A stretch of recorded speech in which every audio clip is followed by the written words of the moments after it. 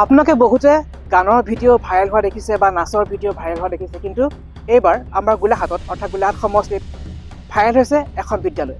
নমস্কাৰ, মই প্ৰিয়ম আৰু আপোনালোকে চাই আছে গোলাঘাট ডায়েৰী।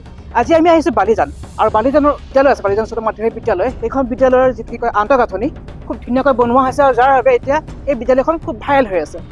এতিয়া দেখুৱাম বিদ্যালয়খনৰ পৰিৱেশটো। আমি সোমাই আহিছোঁ বিদ্যালয়খনলৈ।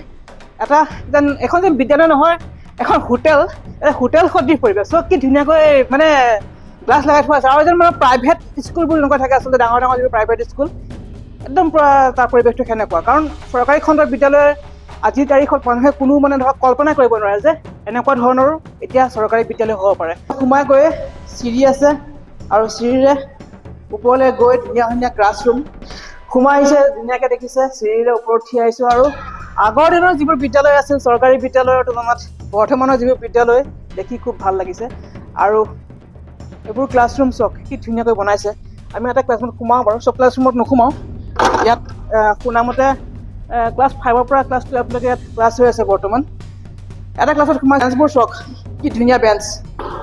বৰ্তমান চৰকাৰী বিদ্যালয়ৰ যিবোৰ কোঠা, শ্ৰেণীকোঠা, কিমান ধুনীয়া কোঠা, স্মাৰ্ট ক্লাছৰুম বুলি ক'ব পাৰি, আৰু বেঞ্চবোৰ কিমান ধুনীয়া। আগৰ দিনততো আমি এইবোৰ পোৱাই নাছিলোঁ, এনেকুৱা ধৰণৰ বেঞ্চ বা এনেকুৱা ধৰণৰ কোঠা। আৰু ৰুম ফেন চাওক, 5খন ফেন, এটা ৰুমতে 5খন ফেন, 1 2 3 4 5।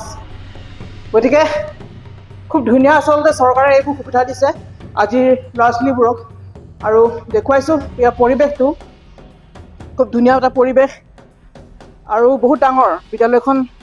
আৰু আমি গম পোৱা মতে প্ৰায় 7 কোটি টকা ব্যয় সাপেক্ষে এইটো প্ৰজেক্ট বনোৱা হৈছে বা নিৰ্মাণ কৰা হৈছে।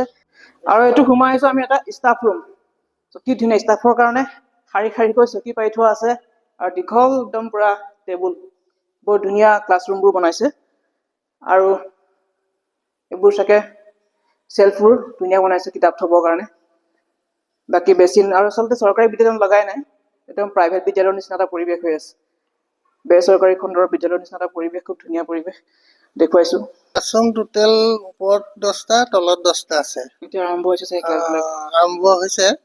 কোন কোন শ্ৰেণীৰ ক্লাছ? এতিয়া আমাৰ ইয়াত 6ৰ পৰা একেবাৰে 12লৈকে আছে। ক্লাছৰুম এটা ডিজিটেল ক্লাছৰুম আছে, আৰু 4টা লেবৰেটৰী আছে, তাৰপিছত এটা ICT লেবৰেটৰী আছে, এইকেইটা আছে। আগতে যেনেকুৱা আছিলে বিদ্যালয়খন, এতিয়াতো তাৰ পৰিৱেশ বদলি গ'লগে, কি ক'ব তাৰ? এতিয়া নতুন এটা উৎসাহেৰে গোটেইখিনি মানে টিচাৰেও কাম কৰিছে, ল'ৰা ছোৱালীখিনিও ভাল পাইছে, সিহঁতিও উৎসাহেৰে মানে পঢ়া শুনা কৰিবলৈ প্ৰতিশ্ৰুতি দিছে। এতিয়া আগৰ মানে যিখিনি হুলস্থুলীয়া পৰিৱেশ কৰিছিলে সিহঁতি, এতিয়া নতুন বিল্ডিঙত সেইখিনি নাই দেখিছোঁ। ৰুমবোৰ ধুনীয়া, ৰুমবোৰ ধুনীয়া। ধৰক আগৰ যিটো আছিলে, ধৰক মানে আগৰ স্কুলৰ যিটো মানে পৰিৱেশটো, বেঞ্চ ডেস্কে হওক, এতিয়াতো সেনেকুৱা বেঞ্চ ডেস্ক নাই, ধুনীয়া হ'ল। ধুনীয়া হ'ল হয়। তুলনাত এতিয়া আকাশ পাতাল পাৰ্থক্য। আগতেতো আমি যিবিলাক ক্লাছৰুমত পঢ়িছিলোঁ, ইটো ৰুমৰ পৰা সিটো ৰুমলৈ বেৰৰ ফাঁকেদি দেখা পোৱা গৈ আছিলে, এতিয়াতো সেইখিনি নাই। সম্পূৰ্ণ মানে ডিজিটেল চিষ্টেমত এতিয়া ক্লাছৰুমবিলাক সজাইছে, আধুনিকতাৰে সজাইছে। গতিকে সেই হিচাপে এতিয়া শিক্ষাটোক আগুৱাই নিব লাগিব। আৰু আছে ইয়াত আপোনাৰ বায়'কেমিষ্ট্ৰি ৰুমো আছে। ইয়াৰ যিবোৰ আচলতে ধৰক হায়াৰ ছেকেণ্ডেৰীৰ ছাত্ৰ ছাত্ৰী, তেওঁলোকে ইয়াত বায়'কেমিষ্ট্ৰিৰো ইয়াত ক্লাছ কৰিব পাৰিব। আমি যদি চাওঁ গ্লাছৰ ভিতৰেদি দেখিব, কাৰণ এতিয়া যিহেতু বন্ধ কৰি থোৱা আছে, ক্লাছ শেষ হৈছে কাৰণে। এইটো বায়'কেমিষ্ট্ৰি ৰুম। চৰকাৰী বিদ্যালয়ত বায়'কেমিষ্ট্ৰিৰ কাৰণেও এক্সট্ৰা ৰুম আছে। আপোনাৰ ইয়াত স্মাৰ্ট ক্লাছৰুমৰো ব্যৱস্থা আছে ধুনীয়াকৈ।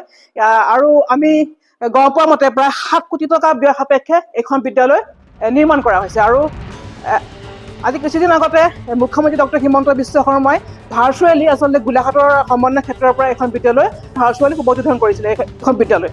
আৰু দেখুৱাইছোঁ বিদ্যালয়খনৰ পৰিৱেশটো চব কি ধুনীয়া, আৰু আন্তঃগাঁথনি ক'বই নালাগে, খুব ধুনীয়া। আৰু বৰ্তমান ইয়াত ক্লাছ আৰম্ভ হৈছে, আৰু দেখুৱাম পৰিৱেশটো বাহিৰৰ, ইয়াৰ যিটো মানে বাহিৰৰ পৰা দেখুৱাম পৰিৱেশটো চব। এবাৰ আজি বাহিৰৰ পৰা চাই পৰিৱেশটো সঁচাই আহি খুব ভাল লাগিলে। এফালে পাৰ হৈ গৈছিলোঁ, মেৰাপানীৰ ফালে গৈছিলোঁ, যাওঁতে বোলো সোমাই যাওঁ, বিদ্যালয়খন চাই গ'লোঁ, খুব ভাল লাগিছে। আৰু মেৰাপানীৰ ৰাস্তাবোৰো খুব ধুনীয়া হ'ল। আগত যিবোৰ ৰাস্তা আছিলে, এতিয়া সেনেকুৱা ৰাস্তা নাই, খুব ধুনীয়া ৰাস্তা হ'ল মেৰাপানীৰ।